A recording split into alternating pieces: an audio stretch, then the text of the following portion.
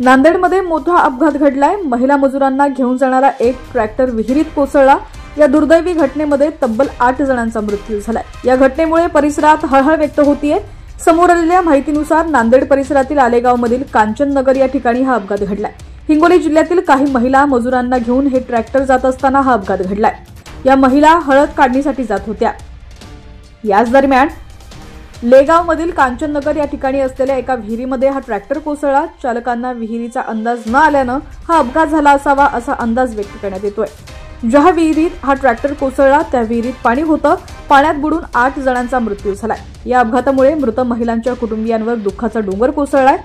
साहेब माझी आई मला पाहायला मिळेल का असा अर्थ टाहू या अपघातानंतर एका चिमुकलीने फोडलाय। या मुलीच्या प्रश्नांना सर्वांचीच मन हेलावली। या अपघातामध्ये कुणी आपली आई गमावली आहे, तर कुणी पत्नी, तर कुणी बहीण। या घटनेत ज्या पत्नींचा मृत्यू झालाय त्या व्यक्तींनी सांगितलंय की माझ्या पत्नीचं आणि माझं सकाळीच बोलणं झालं होतं। मी रात्रभर हळद शिजवण्याचं काम करून घरी परतलो होतो। पत्नी मला म्हणाली होती दुपारी 1 वाजता येते, मात्र माझी पत्नी परतलंच नाही असं एका व्यक्तीने म्हटलंय। तर आता माझ्या तिन्ही नातांचा सांभाळ कोण करणार असा सवाल आपली सून गमावलेल्या एका आजीने केलाय।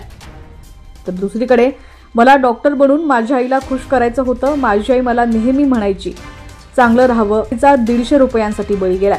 ट्रॅक्टर दुर्घटनेत आई गमावलेल्या 5वीत शिकत असलेल्या कृष्णा राऊत या चिमुकल्यानं आपल्या शब्दात आपलं दुःख व्यक्त केलंय। ट्रॅक्टर चालकाला अंदाज न आल्यानं हा अपघात झाल्याचं बोललं जात आहे।